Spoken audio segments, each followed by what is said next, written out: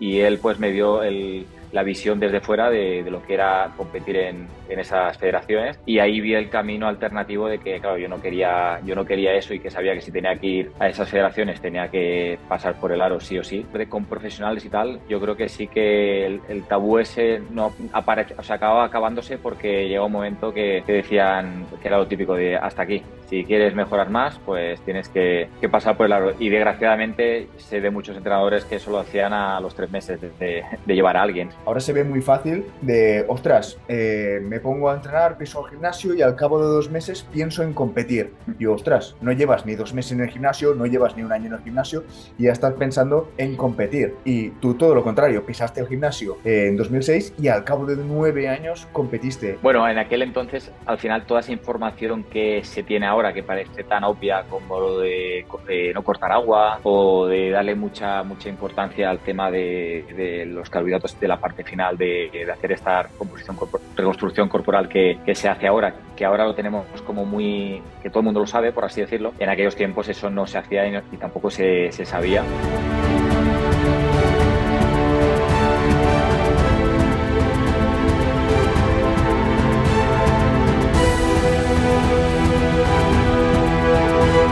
Bienvenidos a un nuevo vídeo, de vuelta al canal. De esta vez que estoy en un nuevo formato de podcast, esta vez charlando con Javier Rubiales. ¿Qué tal? ¿Cómo estás? Encantado, ¿qué tal, Abel? ¿Cómo estás? Súper bien. Con ganas Nada, de empezar. he pensado en Ruby para traerlo al podcast porque es una de las personas, como le acabo de comentar, que está en el culturismo natural desde el primer día, incluso antes, desde los inicios, y me gustaría que habláramos un poco sobre su trayectoria, el gran recorrido que ha tenido como atleta, pero también como profesional, que también destacar que es pro de WNBF y enhorabuena por ello. Y nada, simplemente Gracias. es una persona que yo creo que nos puede aportar muchísimo. Yo lo llevo siguiendo desde mucho tiempo y es un atleta admirable y también una persona de 10 que también me ha estado apoyando a lo largo de la preparación, y eso es más que envidiar porque tener personas en el culturismo natural eh, con esta faceta y también pues suma a todo lo que es el culturismo. Así que para empezar, para quien no te conozca, si quieres hacerte una breve presentación, adelante. Vale. Bueno, soy Javier Rubiales, y tengo 33 años, voy a hacer 34 en nada, en un mes. Y bueno, básicamente yo me dedico a la parte del entrenamiento personal, de la nutrición, también haciendo asesorías de nutrición, y también un poco a la parte de hacer Genial, lo perfecto. que en un inicio había estudiado. Sí, y bueno, tengo un centro en Badalona donde hago todo este trabajo, lo comparto con mi mejor amigo, que es como si fuera mi socio, pero compartimos local. Y a nivel profesional, bueno, soy atleta también de la UNEF, porque soy un apasionado del culturismo sobre todo natural, y me dedico también a lo que es tengo un equipo de competición, que es como la parte más extrema de mi trabajo, por así decirlo, donde llevo a gente a competir a federaciones naturales, y poco a poco el equipo va creciendo, y súper contento con esta Brutal. parte. Haces de todo, no estás ni un momento aquí parado. Y nada, también es una de las cosas que me fascina de ti porque eres muy polifacético y tratas muchas ramas de lo que es dentro del fitness. Y nada, empezando por esos inicios, como te he comentado, muchos quizá lo Sí. conocéis por Roberto, por la WNBF, de estar desde los inicios. Pero Ruby estaba presente en el culturismo natural desde muchísimo antes. Me gustaría entrar un poquito más en detalle.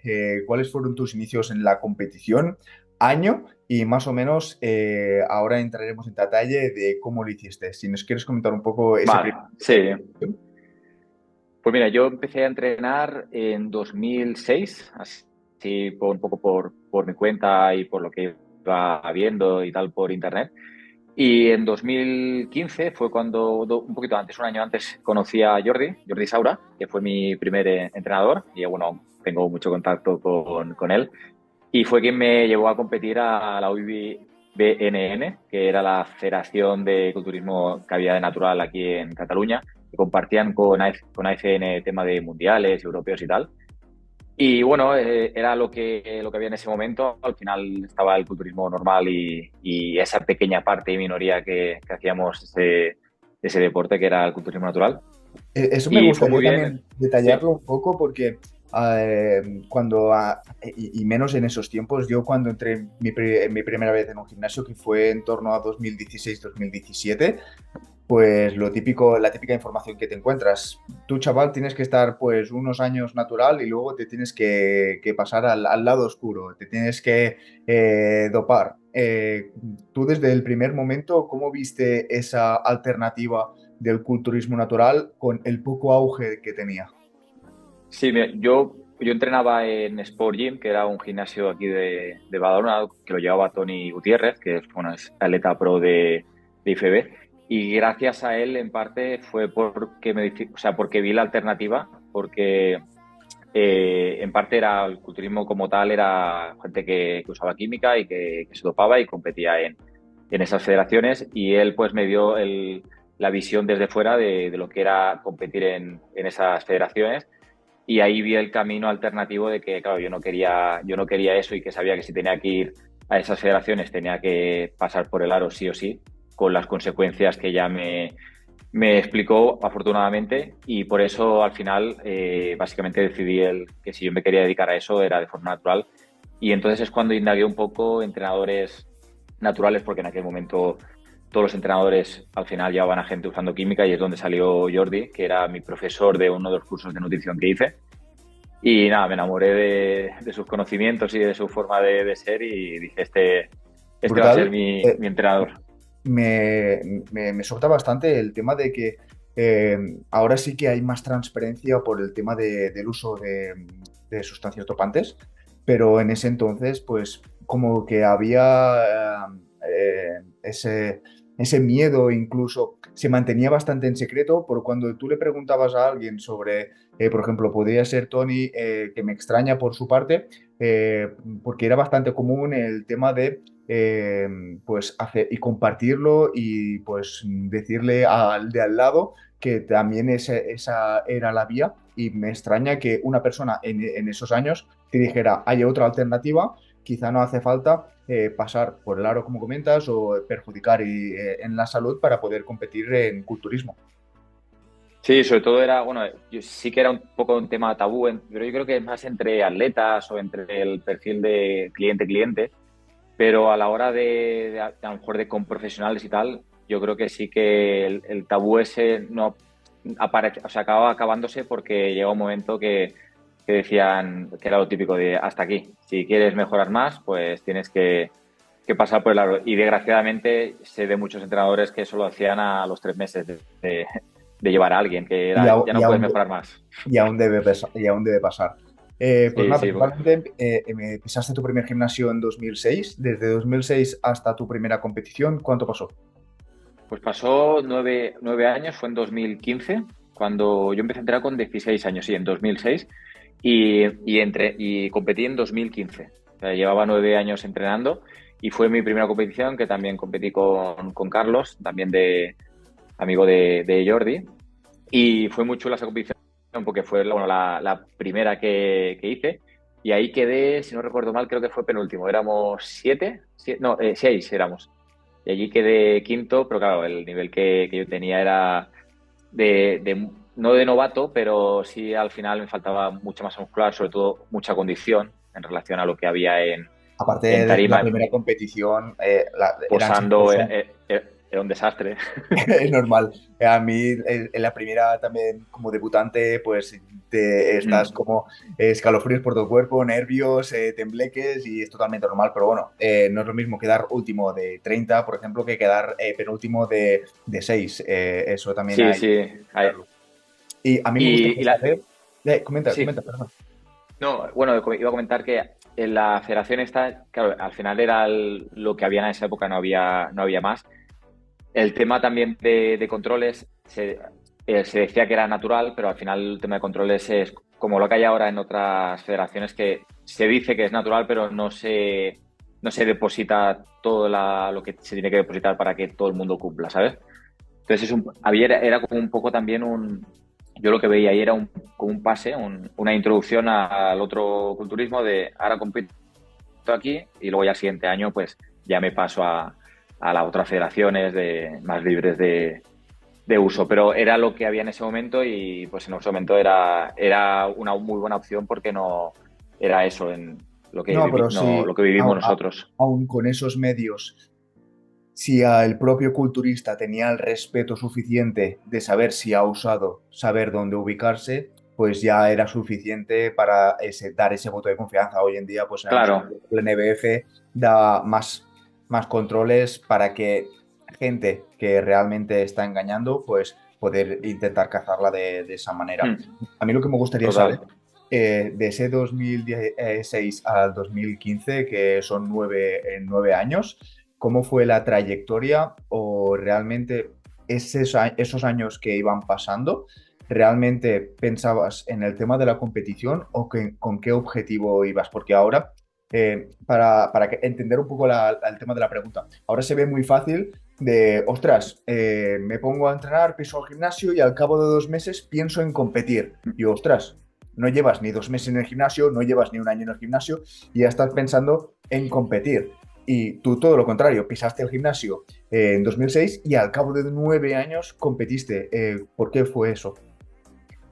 En mi caso yo fue una consecuencia yo empecé el gimnasio porque quería tener ese físico, un físico más fuerte, más grande a nivel, ya por salud, pero también porque al final era un niño, como aquel que dice, y yo quería soñaba con un físico así, de tenerlo yo. Y yo empezaba a entrenar en casa con lo típico, en aquel momento no se podía apuntar uno al gimnasio y hacía cosas en casa de flexiones, dominadas, aquello para el verano y tal. Y en cuanto tuve la opción de apuntarme, mis padres me dieron el ok y tal, pues por ese objetivo es porque me apunté. Fui entrenando, fui viendo cada vez mejores resultados, aunque como al final vas haciendo una cosa, otra, vas probando, porque en aquel momento no se tenía tanta información, los resultados iban más lentos que lo que se consiguen ahora, hoy por hoy, por toda la información que tenemos. Pero llegó un momento que ya vi un físico que era chulo y que a mí me gustaba el tema de la competición, aunque aún desconocía totalmente lo del natural, de dopados, no naturales y tal. Y fue cuando dije, hostia, pues a lo mejor si me cojo un entrenador que me lleve toda la preparación y que lo sepa hacer todo bien, pues a lo mejor puedo competir. Y ahí es Y cuando descubrí que eh, había esa esas conclusión, alternativas. esa conclusión que llegaste a, si tengo que competir, tengo que pues, derivar mi trabajo en preparador. ¿Cómo llegaste a esa conclusión? Porque ahora hoy en día pues puede llevar a la conclusión de muchos atletas se llevan a ellos solos, y puede ser una vía el prepararse a sí mismo. Pero yo desde mi parte no lo veo del todo óptimo. ¿Cómo lo viste tú en esa época? Claro, el tema, yo cuando entrenaba, pues al final iba siguiendo las rutinas que íbamos haciendo y tal, pero el tema está en que si no tienes a alguien que te dice, tienes que hacer, por ejemplo, lo que a mí me pasaba con las piernas, el lunes pierna y tienes que hacer pierna sí o sí el lunes, pues al final si depende de ti, a no ser que tengas mucha constancia o seas muy, muy, muy disciplinado, que al final siempre acabas pinchando. Como sabes, en Team XP hemos ayudado a muchísimas personas y tenemos muchos casos de éxito. Si realmente quieres dar ese cambio y conseguir esa nueva versión para que te ayudemos a lograrlo, tienes un formulario en la descripción donde rellenándolo nos pondremos en contacto contigo para ayudarte de la mejor manera. Rellénalo y lo haremos. Ese día pues ya lo movías al jueves. A lo mejor el jueves ya no podías ir porque tenías exámenes, la pierna pues te la saltabas. Y era una manera de que alguien no te obligue, pero que te quite esa faena de tener que decidir tú, de cuándo toca algo o de si estás mejorando en una parte y tú no lo quieres, o sea, una parte está peor y tú no sabes verlo, porque al final tú eres muy subjetivo a la hora de verte desde fuera. Totalmente Y de acuerdo. Esa para mí visión es clave subjetiva, que, esa visión subjetiva que te puede dar otra persona con más conocimientos, puede ser mucho mayor de la que tienes a tú mismo. Como te he comentado, yo Jordi lo conozco personalmente, es profesor ahora de la escuela actual de FEN y me parece una persona con unos conocimientos brutales a sus espaldas. pero no lo conozco de cómo era en ese entonces. Coméntanos un poco cómo fue esa primera competición. Sí. Bueno, en aquel entonces, al final, toda esa información que se tiene ahora, que parece tan obvia como lo de no cortar agua o de darle mucha importancia al tema de los carbohidratos de la parte final de hacer esta reconstrucción corporal que se hace ahora, que ahora lo tenemos como muy, que todo el mundo lo sabe, por así decirlo. En aquellos tiempos eso no se hacía y tampoco se sabía, eso ya vino después. Hicimos la preparación ir bajando poquito a poco las calorías, a ir aumentando el cardio, al final como una preparación de toda la vida. Pero yo sí que de hecho aún me pasa, tengo que comer muy poquito para llegar a seguir perdiendo grasa, o sea, que las calorías me bajan muchísimo y de hecho ya me pasaba con Jordi, me sigue pasando todavía con Roberto. Al final cada uno tiene un metabolismo y eso de querer meter calorías a todo el mundo por igual, pues al final está demostrado que no es así por más que uno quiera hacerlo. Aunque nos guste Y la comida, salir. nunca será así. Me No, identifico también bastante. tú también, ¿no? Toca, Y toca nada, rascar calorías bajas. Coméntanos un sí, poco, en ese entonces pienso que ya a la hora de contabilizar los macros o el traqueo de la comida ya debe cobrar bastante importancia. ¿Cuáles fueron tus calorías más bajas en sí. esa preparación? Creo que fueron 1.500. Llegué a 1.500 y algo, al ¿Y, final de todo. y cómo lo recuerdas? Bien, yo soy una persona que no, el tema o sea, disfruto del tema de la comida, pero que no soy una persona o sea, yo comiendo poco no sufro. Es decir, puedo comer muy poquito, que al final los entrenos me siguen saliendo bien, el día a día no me noto cansado, y tampoco paso mucha el tema de la ansiedad de comer.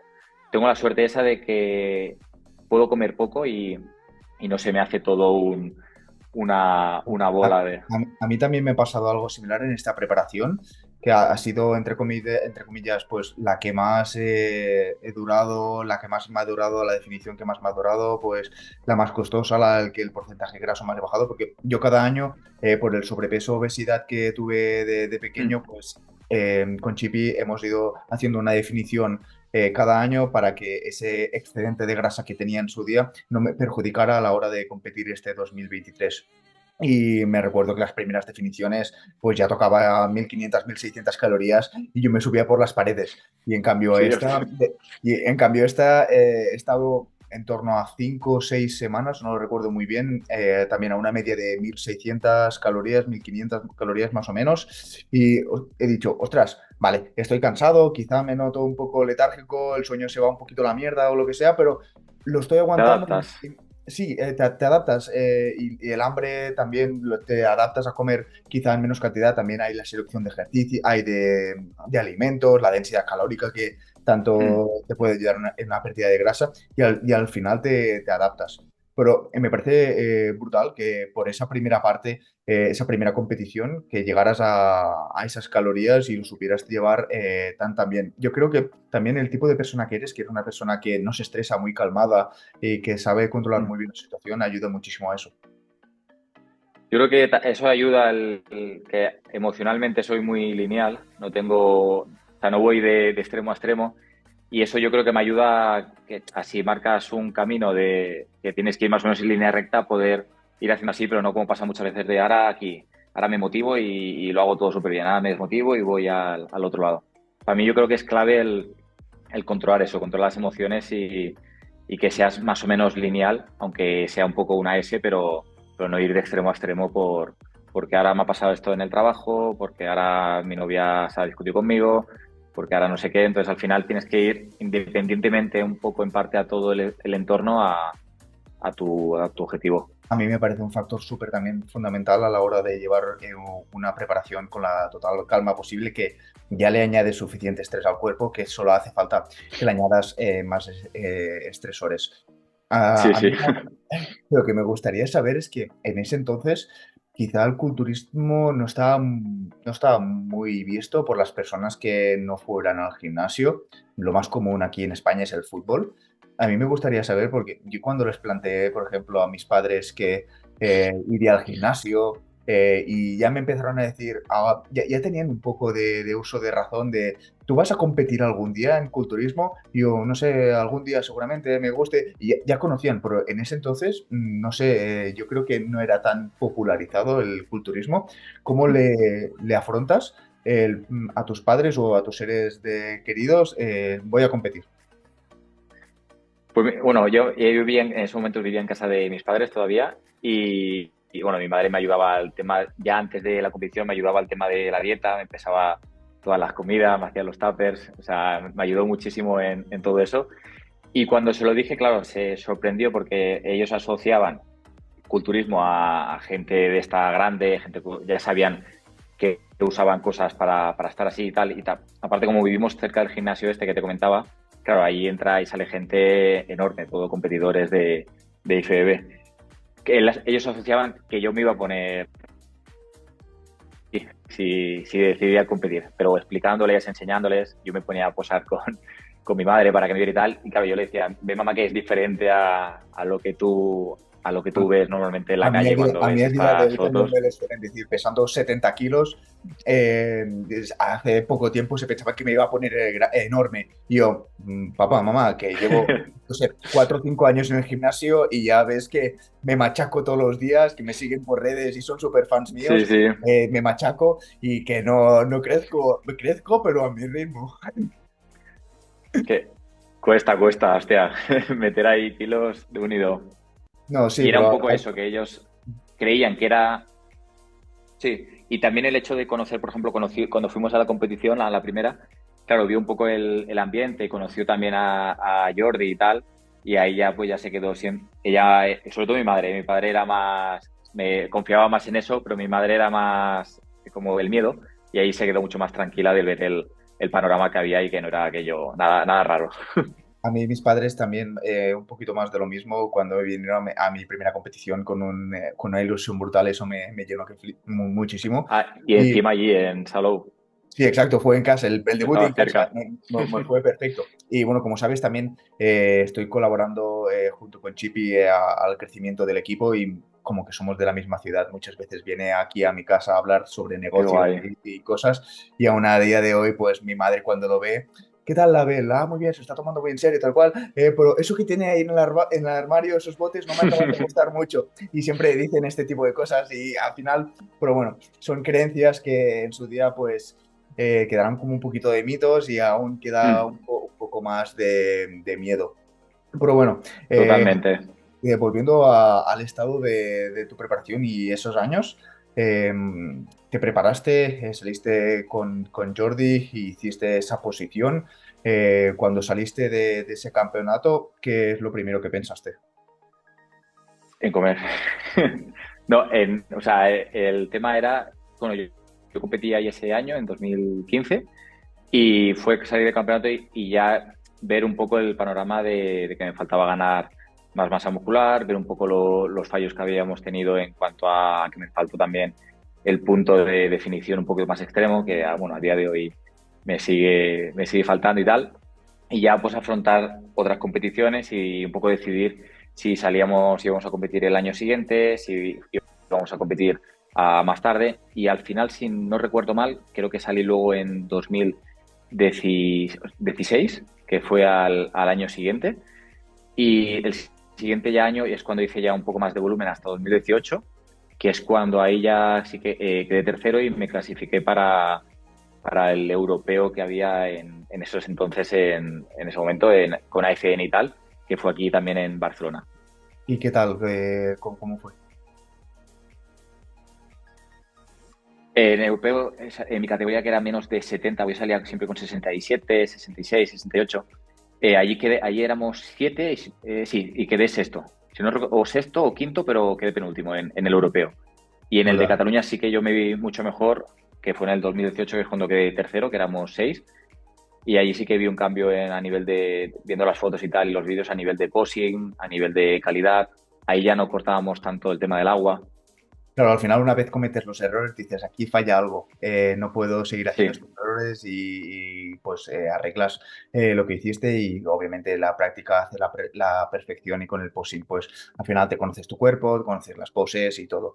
A mí me gustaría saber cómo fue esa transición de, ostras, me entero un día que abrirán una federación con más controles, mundialmente muy reconocida, con muchos años detrás, principalmente en Estados Unidos, y derivo y le pongo el foco en WNBF. ¿Cómo ocurrió eso? Bueno, como te he comentado, eres muy conocido también que por la preparación que te hace Roberto. ¿Fue antes Roberto y después WNBF o fue primero WNBF y luego Roberto? Pues, pues ahí después del europeo yo me llevé un chasco a nivel de, claro, yo competía en Cataluña y yo pensaba que pues si seguías subiendo ahí, escalando en posiciones a nivel regional, que luego habría algo más.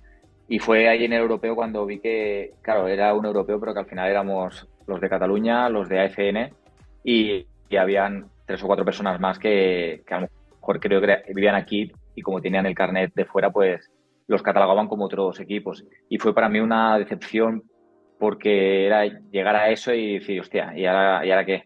No, ¿sabes? No me gustó mucho lo que era el espectáculo en sí. Y ahí yo Quedas pensé muy incluso limitado hasta por... no la organización, porque al final la organización se hacía bien y era los recursos que habían en ese momento y tal, pero el ir ilusionado a lo que era un europeo, que llamaban así, y encontrarme con aquello, pues fue como, ¿sabes? Que si hubiera sido otro nombre, seguramente lo hubiera visto, lo hubiera vivido de otra forma. Así como un Y fue nacional. ahí, sí, sí, un nombre así, nacional y ala. Pues fue ahí cuando, y también con mi pareja me dijo, hostia, tanta preparación y tanto esfuerzo para este evento que dura 14 horas, que estás aquí todo el día, que sales a competir súper tarde, ¿sabes? Que era un poco como demasiado para acabar en un evento, ¿sabes? Que sabía que era con esa manera de hacerlo, por así decirlo, y sabía que de ahí no había nada mejor ya. Y fue ahí cuando dije, hostia, pues, ¿sabes? A lo mejor hasta sigo entrenando, pero dejo de competir, un poco a nivel de desmotivación en la competición, por así decirlo. Y fue aquí cuando ya a Roberto ya lo conocí hace muchísimo tiempo por Facebook y tal, en aquel momento era Facebook todo, y veía las formas de, sobre todo la prioridad a los básicos que le daba, el tema de las dietas que hacía y tal. Y fue cuando hablé con Jordi para hacer un cambio y decir, hostia, pues voy a probar ahora con Roberto para ver cómo hace todo el tema de los entrenamientos, para dar un enfoque nuevo y ver cómo progreso y ver qué pasa. Entonces le contacté y él, bueno, él se estaba preparando para Boston, creo que era, que iban a competir en el Mundial y eso fue en verano. Y en noviembre, que es cuando ya él terminó, pues hicimos la primera visita allí en Mallorca para conocernos y para ponernos un poco al día de todo. Y fue cuando yo había visto ya que yo competí en el europeo, que estaba la WNF, que es cuando ganó Adri Airlines. Compitió ese mismo año en WNF y ahí es cuando yo lo vi y dije, hostia, y esta federación que hace tantos controles, que seguro que todo el mundo es natural, que veía el nivel también que había, que era un poco más alto a lo que teníamos nosotros en UIBN. Y era como algo nuevo, algo que me motivaba por todo el recorrido que tenían y yo creo que Adri fue en ese momento como un altavoz, ¿sabes? A nivel de que todo el mundo seguía a Adri y tal y Yo compitió creo allí. que también es uno de los referentes por el cual hemos empezado mucho, también me incluyo. Y Mm. nada, principalmente viste esa alternativa del culturismo natural, donde era un escalón por encima de donde competías, muchos más controles, pues salían muchísima más gente con unos fisicazos brutales desde el primer día. Y no sé tú, pero principalmente yo pienso que fuiste con miedo a esta federación, pero nos encontramos con todo lo contrario. Competiste y, si no mal no recuerdo, en el primer año te hiciste profesional. Sí, sí, yo de hecho, o sea, sabía lo de la Pro, pero no, o sea, en ese momento ni caí. Y bueno, yo fui a competir con miedo de que uno mismo tampoco, a lo mejor tampoco llegas a ver del todo, pero yo ni pensaría que iba a hacer ni top 5 cuando veía a los atletas, me veía ahí en tarima y tal, y yo no me esperaba eso, y claro, me quedé hasta el final y yo me quedé, o sea, parado, no sabía ni qué hacer. Y respecto a esa competición, ¿qué cambios dirías que hiciste de cuando competías en la de Cataluña Sí, en comparación a la de WNBF y con la metodología de Roberto? Para mí, bueno, sí que es verdad que sobre todo el tema de dedicarle como más énfasis al tema de los básicos, de hacerlo una y otra vez y poder progresar en esos ejercicios, creo que ahí mejoré lo que sería un poquito la masa muscular. No sé si, o sea, si realmente por el ejercicio como tal, o si no también por la motivación de, hostia, tengo que meter más kilos, tengo que meter más kilos. ¿Sabes? Como de darle una prioridad vital al entreno a esos básicos y enfocarte en ser más fuerte en ellos. Que yo creo que eso fue fundamental, pero lo que marcó la diferencia creo que fue el tema del agua, Bueno, de salir vacío. a mí el tema del entrenamiento también me parece una cosa súper importante porque ahora lo que diferencia o lo que se suele diferenciar mucho a un atleta es el cómo se prepara, pero yo creo que es más diferencial lo que ocurre fuera de sesión o en volumen que en la propia preparación. Y si no estructuras un entrenamiento, si solo bombeas o simplemente no te centras en esas cargas, yo creo que un cuerpo se ve muy diferente si tiene una progresión y realmente le mete un par y gana masa muscular en volumen que si realmente se toma el entrenamiento como una cosa más y luego se pone ese tunnel vision o focus durante la preparación. Sí, sí, no, totalmente. Yo creo que el cuerpo al final se crea en esa fase de volumen. Y antes no había tanta aquello de apuntarte todo en un papel, de ser muy friki de tanto peso, ahora me toca subir o ahora me toca meter una RP más. Esto no se hacía tanto antes, no era lo normal. Y ahora yo ya vas a un gimnasio y va todo el mundo con el papel o con el móvil apuntando todo. Y esto es algo que ha cambiado y que hace que la gente mejore mucho más porque al final se hacen más fuertes con el tiempo. Toda la razón. Con lo que estabas comentando que te he cortado, perdona, del agua, ¿cuáles Sí. principales diferencias hubieron? Claro, yo el tema del agua es que en todas las otras competiciones siempre hacíamos ese pequeño corte días previos de la competición y al final hasta, o sea, yo me lo llegué a ver en la última de cada vez más, o sea, como más pequeñito, cada vez que meaba me veía como más vacío, menos, no, apretaba y ya no se veía ni las venas, ni siquiera. Y claro, digo, hostia, ¿cómo puede ser que al día siguiente estoy súper bien cuando como, bebo agua y tal? O las semanas de antes y en la competición al final no tienes ese look que podías tener en días posteriores. Y yo creo que eso fue una diferencia brutal porque ahora pasé de beber cero a beber, llegué a beber el primer año con Roberto en los días, o sea, los meses previos de competición, casi 7 litros Brutal. de, Más o menos te de movías agua también al día. en torno a esos 67 o 70 kilos en esa competición de primera de Sí, WP. llegué a, sí, el primer año llegué a competir en 70 que fue en Mallorca. Y luego en Las Vegas, ahí en Las Vegas, en Nueva York, que fui al Mundial, ahí salí con 67 que bajé 2 o 3 kilos más de grasa. Brutal. Y pues, Ahí me veía bastante más seco que... a mí me gustaría saber cómo Sí, fue ostras, me hago profesional, no me lo creo, tengo la tarjeta por mis manos, voy a por el siguiente paso. ¿Cuál es el siguiente paso? Pam, al Mundial, pero me tengo que ir a Estados Unidos. ¿Cómo lo planteas o cómo lo planteáis con Roberto? sí, pues ahí el planteamiento era que me seguía faltando punto de condición para ser más competitivo, sobre todo allí. Y lo que hicimos es seguir apretando. O sea, seguimos con las calorías bajitas, seguimos con los pasos. En aquel momento hacíamos bastante hits también para intentar acelerar un poco el gasto. Y fue nada, ir allí me llevé a toda mi familia para allá, para la excusa para que mis padres se fueran a Nueva York. Y me llevé también a 2 amigos míos y súper bien. La experiencia muy chula, la competición también aquella me gustó muchísimo. Y allí quedé 11, éramos 14, que ya éramos más gente y ahí quedé 11. Pero fue el año que ganó Adri en mi categoría. Brutal. Ahí viste el nivelazo que había en esta federación y Yo ni me lo creía, era...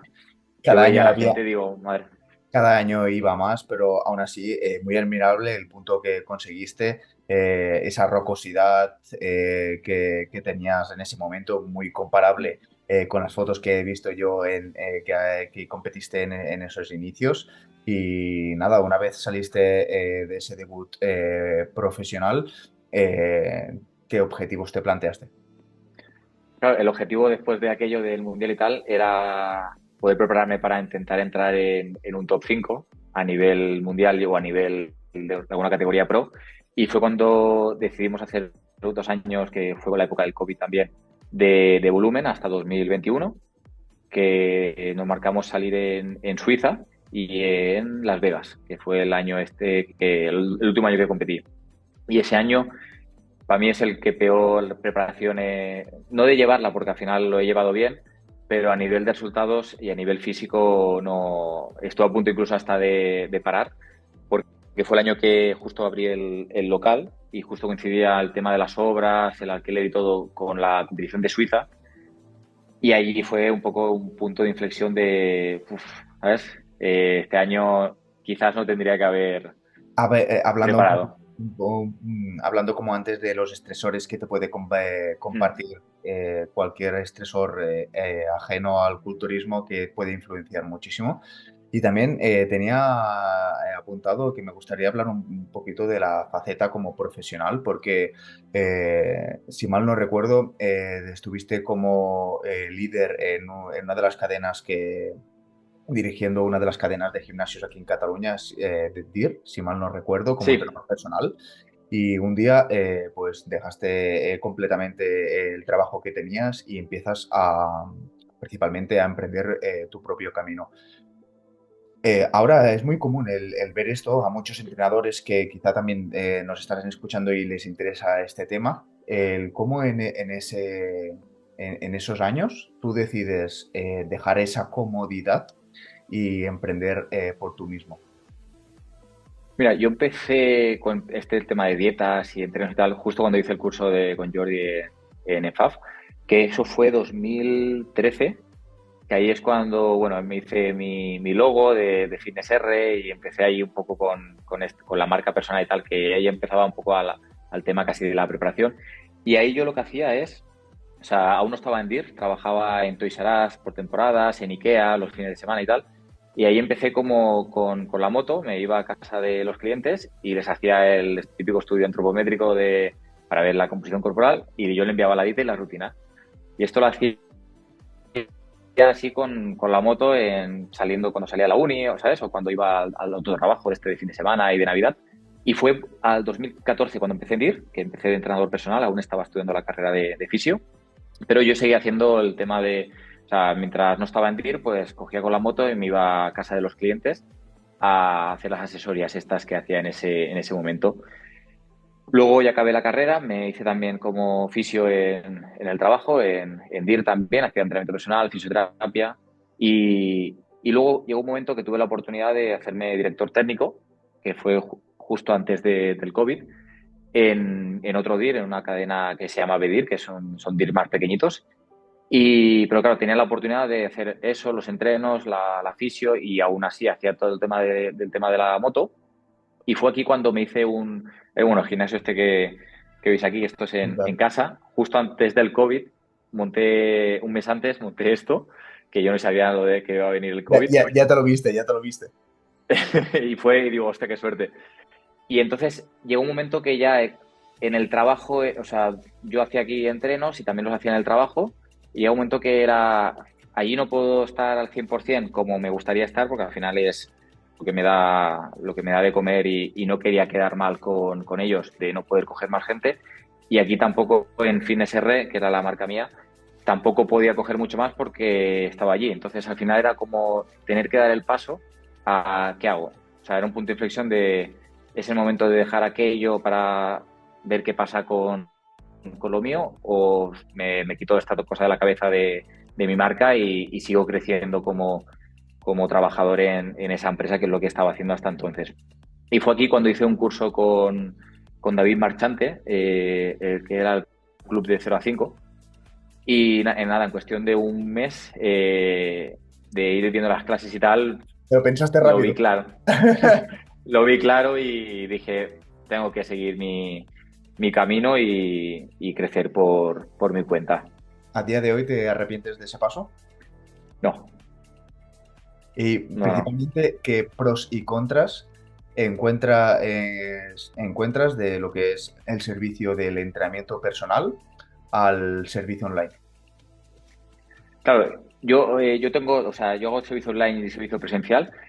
El servicio online lo veo muy bien, sobre todo para gente que tiene mucha experiencia a nivel de, porque cuando experiencia en base a haber trabajado con mucha gente a nivel uno a uno para el tema sobre todo de la corrección de los ejercicios.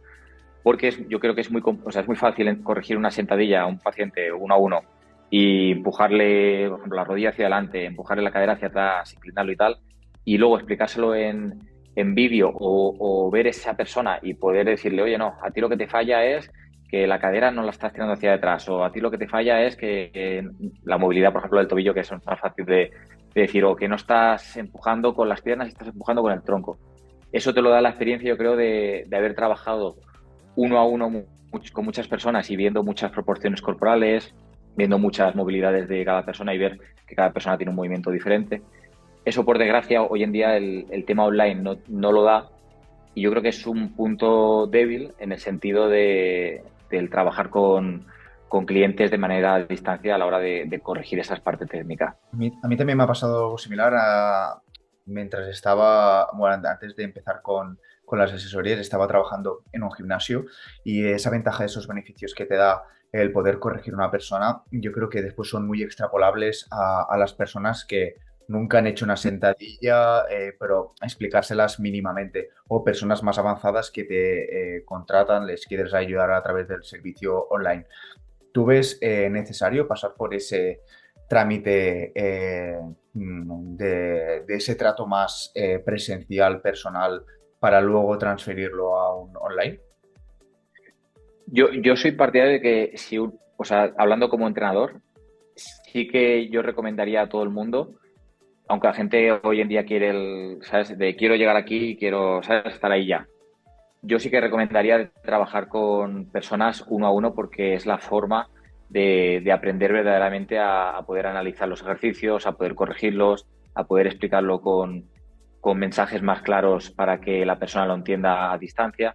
Pero claro, es un camino que es como, ¿sabes? Alejarte de lo que tú quieres para llegar al mismo sitio que realmente hoy en día se puede llegar a trabajar de manera online sin tener que pasar por eso.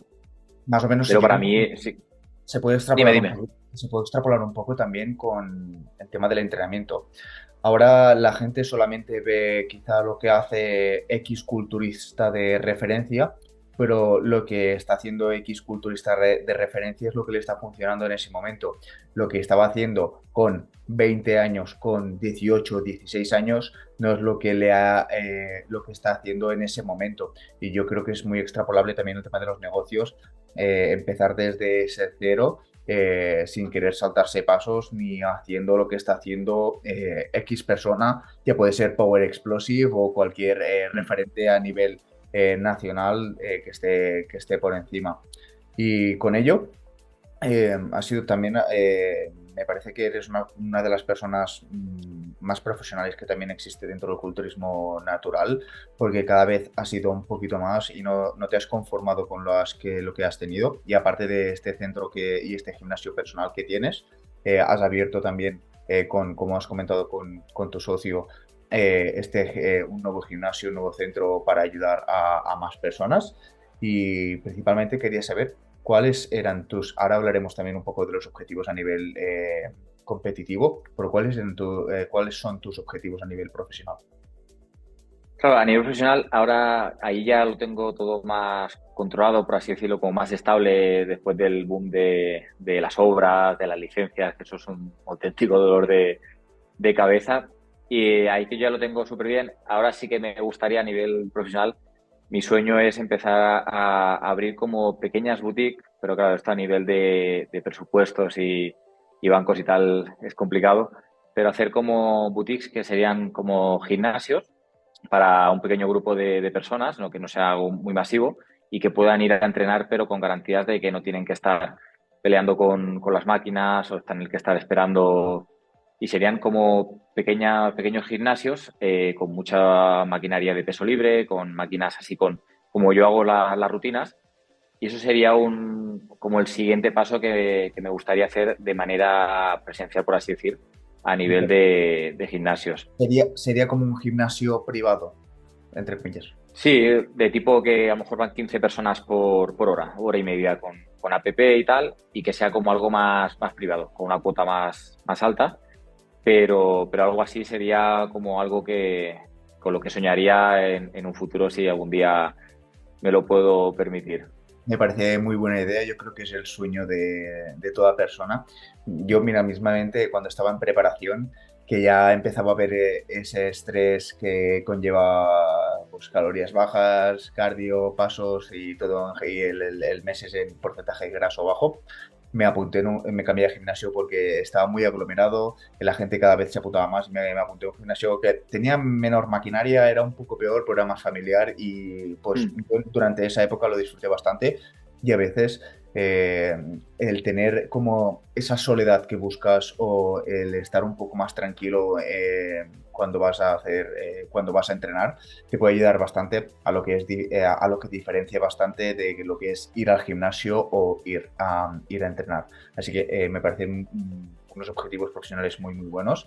Y ahora si quieres entrar en detalle, podemos comentar un poco los objetivos a nivel competitivo porque sabemos que llevas un montón de tiempo en volumen, has pillado muchísimos kilos, has crecido muchísimo y más o menos qué planteamiento tenías para los siguientes meses. Pues ahora yo he empezado la preparación a nivel de definición ya, el día 2 de enero, porque pienso que siempre me quedo a un mes y medio, 2 meses del punto que tendría que sacar en competición. Así que en vez de empezar en abril, como suelo empezar siempre, pues hemos adelantado el calendario para empezar ya. Y la idea es salir bueno, el Pro Show que harán aquí en España, que bueno, que saldrá Álvaro, que saldrá Adri, creo que también a lo mejor sale, creo que Mario, Dani, creo que salen, este año salimos todos. Dani, el Sergio no sé si sale este año, creo que sí, ¿no? También. No sé si lo he dicho Sergio. públicamente, pero yo no voy a decir nada Ah, por si acaso. vale.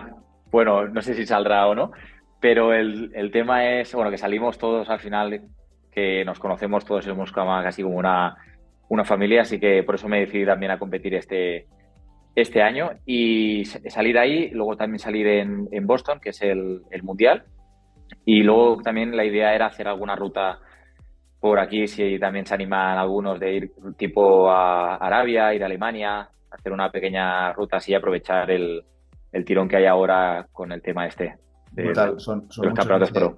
son muchos meses de preparación, que hasta Boston creo que es en noviembre, si no estoy Noviembre. mal, en la segunda tercera semana de noviembre. Mm.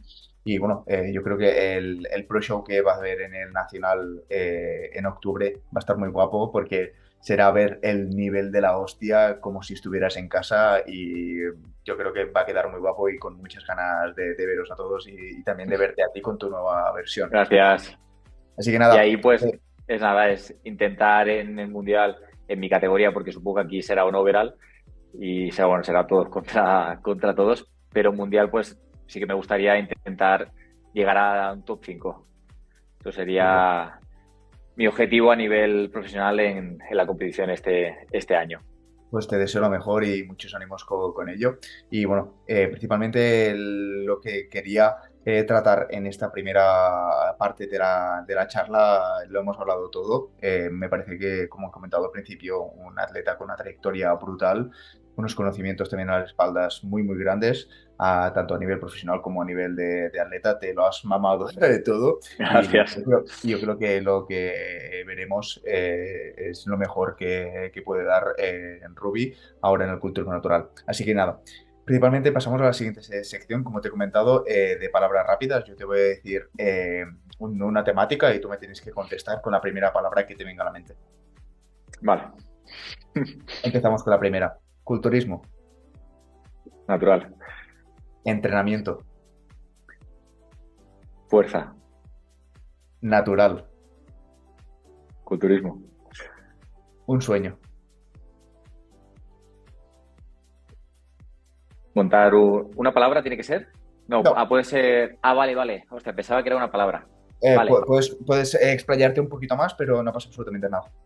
vale. Un sueño, seguir viviendo de lo que me apasiona. Me parece brutal. Y nada, ya para terminar, el penúltimo apartado que siempre digo al invitado, un consejo que le darías a Rubí del pasado. Bueno, tener la constancia, toda la constancia que pueda y ser muy paciente a nivel de los resultados o sea, de querer tener los resultados que se proponga y al final esforzarse cada día en eso por lo que quiere y por lo que quiere lograr. Que al final no hay... A eso yo siempre digo la frase esta de esfuerzo, constancia y paciencia. Y al final eso es lo que yo veo que la gente al final llama suerte. Es cuando alguien dice, hostia, ¿qué suerte ha tenido? Bueno, ha tenido suerte, pero la suerte es el esfuerzo de cada día, el ser constante durante mucho tiempo y al final de ser paciente de algún día, más tarde o más lejos, seguro que te llega. Yo creo que ahora has hecho una representación con otras palabras de lo que este año pasado ha sido las dos palabras que he escuchado más a lo largo del año, que son la motivación y la disciplina, que no hay que tener motivación, Mm. hay que tener disciplina. Y con las palabras que lo has comentado, yo creo que lo han representado muy, muy bien y yo creo que eres también la persona, la presentación visual de disciplina, constancia y para llegar a esos resultados, que Mm. aunque en esa primera toma de contacto en el culturismo no fue del todo agradecida, después te diste con una tarjeta profesional y has ido escalando y cada vez mejorando más, así que eres todo un ejemplo por ello y bueno, espero que a las personas que otra vez vuelvan a subir un reel o vean un reel de motivación, disciplina, sepan lo que realmente es disciplina. Porque yo, por ejemplo, Totalmente. este año, con lo que te he comentado antes de la videollamada, lo he visto muchísimo, muchísima gente que subía los típicos reels de motivación, disciplina, y luego, obviamente, cuando se enfrentaban a lo que era la competición o simplemente, pues caían como moscas y entonces Mm.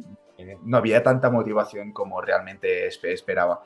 Así que, ¿cuál dirías, con una última pregunta, cuál dirías que serían como las bases o lo que realmente piensas tú que te ayuda a crear esa disciplina? Yo creo que, o sea, en sí el objetivo de marcarme un objetivo realista y de que o sea, al final a mí me ayuda no querer escuchar la aceptación del entorno. Es decir, marcarte un objetivo de saber que para llegar a ese objetivo tienes que hacer cosas que no apetecerían en ese momento seguramente hacer porque si no todo el mundo llegaría, ya sea para abrir un negocio, ya sea para el tema de la competición, ya sea para querer, lo que sé, facturar X dinero al mes o para sacarte una carrera. Al final eso te va a suponer hacer cosas que muchas veces no vas a querer o no te va a apetecer hacer.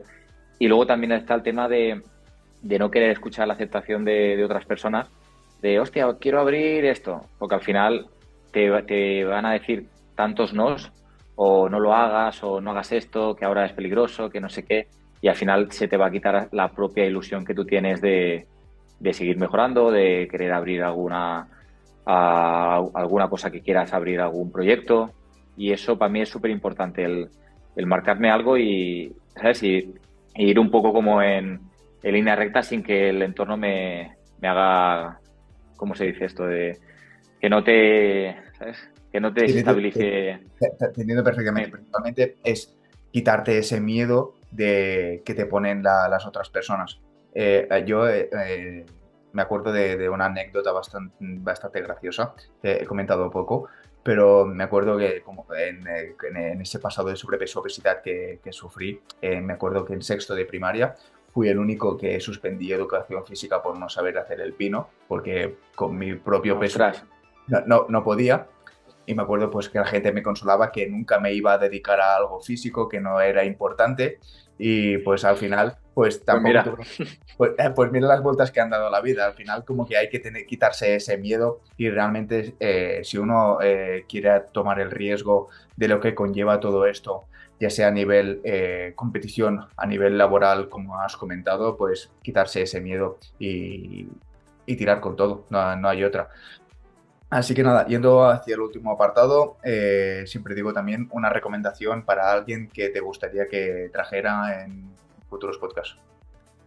una recomendación de alguna persona.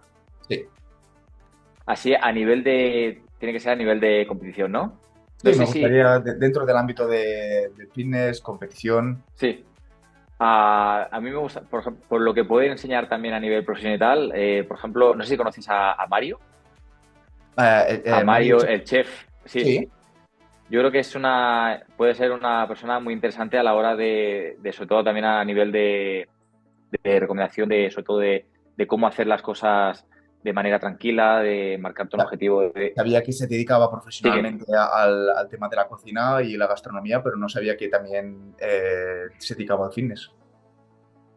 sí, bueno, él no se dedica al fitness, tiene que ser de fitness, que se dedica al fitness, Vale, sí, no, pero o profesionalmente que sí que sea, sí, algo yo lo que digo porque aporte a lo que cualquier oyente que le puede aportar. yo por el tema porque lo conozco muy bien y de él, por ejemplo, me impacta el tema o sea, yo soy tranquilo, pero él es como otro nivel, a nivel de tener la paz esa mental que se necesita para afrontar una preparación y a nivel de meditación y todo esto, yo creo que a lo mejor puede ser interesante el cómo afrontar una competición con esa paz mental. Y lo que también es muy A nivel, complicado, compaginar lo que es una competición con su profesión, que es, es- trabajar en la esto yo no cocina, sé cómo lo hace. trabajar en la cocina no debe ser nada fácil, ¿eh? Que a mí se me No, y iría la sobre todo mano.